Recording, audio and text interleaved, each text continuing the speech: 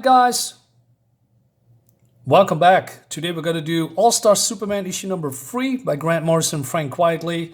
Lois becomes Superwoman, and I believe, I could be wrong, this is the first time that we see her as Superwoman.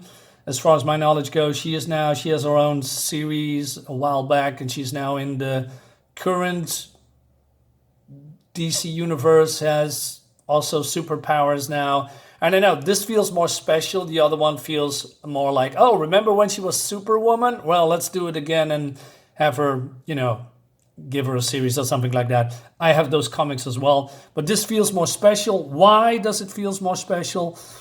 Well, it's a birthday, right? And she gets, for one day, she gets all the powers of, well, Superman. And immediately there's some, how do you say? I want to say alien invasion, but it's not. It's dinosaurs that comes from the inner Earth, like from below. And all these creatures are spraying gas for whatever reason. And then we have Steve Lombard, and his car is, being wrecked by that creature.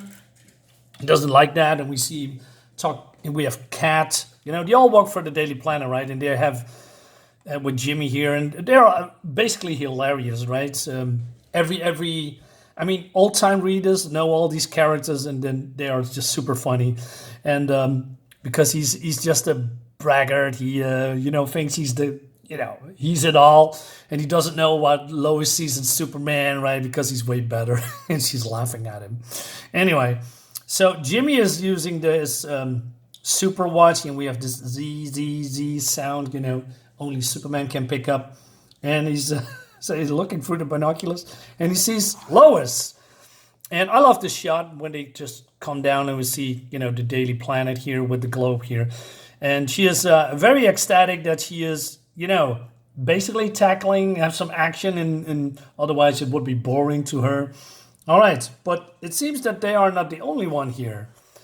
And Superman recognized this guy. He says, oh man, just what I need. Samson. Yo-ho, Superman, he says. Throws him into orbit. And he's a time traveler, right? He says Kroll lungs just burst, and he just flies up and, gonna rescue him, right? I love this shot. This panel here. Small details when he just flies up, and then this wind lifts her, moves her cape, and her hair just flowing, just all these small little things. And Lois says, hey, I thought you were going to the year 2061 for some treasure hunting. He said, oh, don't talk about that. I fought a good fight across 3 galaxies and countless centuries, but I never met a woman like you, Lois Lane. I mean that sincerely. And he also says, my fellow strongmen would agree. And then we have another Titan. This is Atlas, right? Also complimenting her looks, and that she is, the most beautiful girl they ever seen.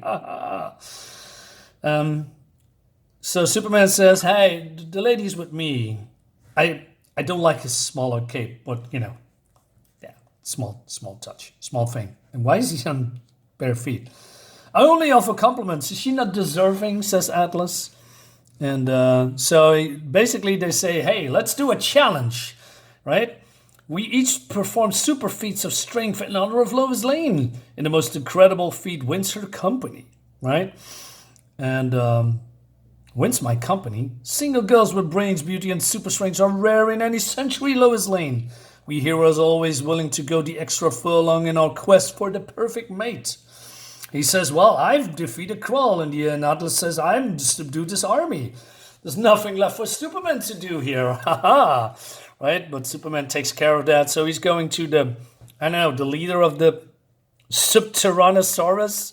So this guy says, I'm going to punish my son. But Kroll speaks of him goaded be into attacking Metropolis by a man, Samson. Right? Because, everybody's admiring Superman, because they know of his legendary feats. So Superman says, I see, I will deal with him. And so Lois is amazed by, dinosaurs instead of extinctions going underground. And Samson offered her radioactive crown jewel that he borrowed from the Ultra Sphinx back in the first dynasty of the Atom Hotep. She says, I'm generally flattered, but you have to go a long way to outdo Superman, right? Haha, so he's bragging again, right? What he's going to do with her when they are going on a date, right? But then Atlas comes in also bragging what he's going to do with when he's going on, date, because he can crush diamonds and squeeze fine wine from his fingers, fit for mortals or immortals. That's day one. So he says now, hey Lois, can we talk? And that they're bragging about their belt buckles. He says, I don't get it. I can't believe you're flirting with Samson and Atlas. Well, she says, I'm teaching you a lesson. Because for years you were impersonating Clark Kent that started all this. But he says, I am Clark Kent, right? I wasn't impersonating him. Why won't you believe me? Superman, please. We both know you win any contest but these losers can dream of. It's my birthday. Have some fun, right? And then he's going to Samson. Samson, I don't like you, but wherever you go, trouble follows. So what do I have to do to keep you hands off my girl? I'm a time traveler, Superman. According to my sources, she won't be your girl for too much longer. Superman dead. In fact, it looks like she'll need a shoulder to cry on soon enough. Uh-oh. And anyway, so then something happens. Her necklace is glowing, or she sees something. Is this part of my birthday surprise? It's something we neglected to mention. The Ultra Sphinx. This monster has hounded us like a fury since we borrowed the jewels of Atom Hotep. Just before your death, it said you completed 12 super challenges, the stuff of legends. He says, you created life, escaped from the underverse. You overthrew the tyrant sun and answered the unanswerable question. Lois says, Superman, what is that? And the next scene is this. So this is the Ultra Sphinx, right? Yeah. He says, there is something that I was stolen and I need it back. And somebody will pay the price. That's basically what he's saying. So he says to Superman, stop. She is now dead and undead at the same time. But only if you answer the unanswerable question, then I will release her. Right? And only if you didn't do it correctly. This is my judgment. You two morons stole that necklace, didn't you? Well, we didn't mean this to happen. Don't you understand? We couldn't fight the Ultra Sphinx without help, so we let it here. We tricked you, Superman. And I swear to living Zeus, we meant no harm to Lois Lane. Superman swears, if she dies, you're both on a one-way ticket to the Phantom Zone. But they stand with him, right? But Superman knows there is not going to be a heavy fight because he needs to answer the question or he doesn't. So the Sphinx says, what happens when the unstoppable force meets the immovable object? So Superman says, how about this? They surrender. Response acceptable. That was quick. And he's gone, and she's being released. I was dead and alive at the same time. Don't worry, Lois, I got you. We got the data at the bottom of the sea, remember? Wait a minute, what about our contest? That's hardly what you call a feat of strength, Superman. He's right. How about I wrestle you for her? Or is the mighty man of steel a coward after all? Even the S on his back is yellow. I like that burn. Superman has enough. He says, and then he's going to arm wrestle both of them at the same time, right? So he says, if I win, you're going to go into this Kronos mobile and leave the 21st century right now. All right.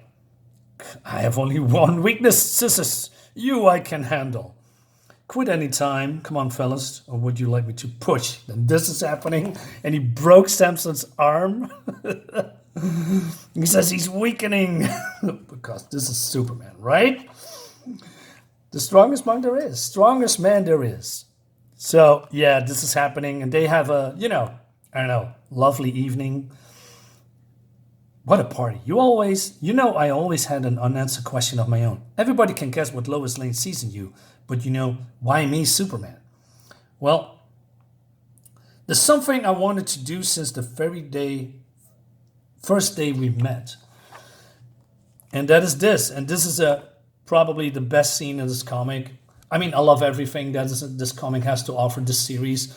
This is lovely. These two belong together. I like this very much. No words needed. The scene says it all. Lovely. Very lovely. Superwoman. Lois says that she felt her powers are waning, right? And she says, I cannot smell the trees anymore in Canada. And I can't see all this gorgeous radio anymore. The stars have stopped singing like they used to. But I never have to put up with that annoying ZZZ of Jimmy's Olsen Superwatch. As long as I live. And for that, I'm grateful.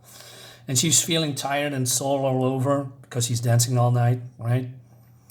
But thanks for letting me live in your world for a day. So Superman wants to say something to her, right? Like, she says, will you, but then she's fallen asleep. And this is the last thing we see before we move on to issue number 4. Like I said, very nice scene here. He's grabbing her, lifting her up and putting her into bed, give her a night kiss, walks away. And then we need to deal with what's, with this. Superman dead, to be continued, by the way. Guys, this is a great comic. Love it very much. I read it a couple of times, but it's good. It's very good. Guys, let me know in the comments what you think about it. Leave a comment. Subscribe to my YouTube channel and all that YouTube jazz. Thank you so much. Have a great weekend. See you next time. Bye-bye.